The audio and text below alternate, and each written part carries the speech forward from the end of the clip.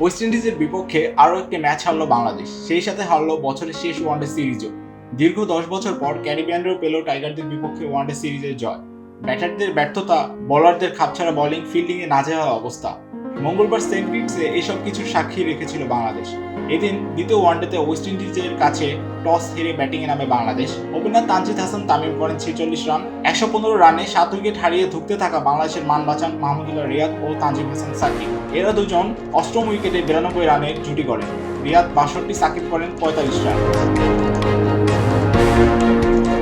২২৮ রানের লক্ষ্যে বেশ স্বাচ্ছন্দ্যে খেলতে থাকেন ওপেনার ইভেন লুইস এবং ব্র্যান্ডন কিং। ১০ ওভারে বিনা উইকেটে ওয়েস্ট ইন্ডিজের সংগ্রহ হয় ৫৪ রান। ২০ ওভারে ওপেনিং জুটির উপর ভর করে ১০০ রানে পৌঁছে যায় তারা। ২১তম ওভারে ওপেনার ইভেন লুইসকে ফেরান লেগ স্পিনার রিশাদ হোসেন। ২৮ ওভারে কিং এবং কেসির ক্যামিও ভাঙেন নাহিদ রানা। ব্র্যান্ডন কিং ফেরেন ৮২ রানের ইনিংস খেলে। ৩০ ওভার শেষে ওয়েস্ট ইন্ডিজের সংগ্রহ ২ উইকেটে ১৮৪ রান। ৩৩ ওভারে কেসিকে ৪৫ রানে ফেরান আফিফ হোসেন। ৩৫তম ওভারে ২০০ রান টপকে যায় ওয়েস্ট ইন্ডিজ। ৩৭তম ওভারেই ৭৯ বল হাতে রেখে ওয়ানডে সিরিজ জয় নিশ্চিত করে ক্যারিবীয়রা।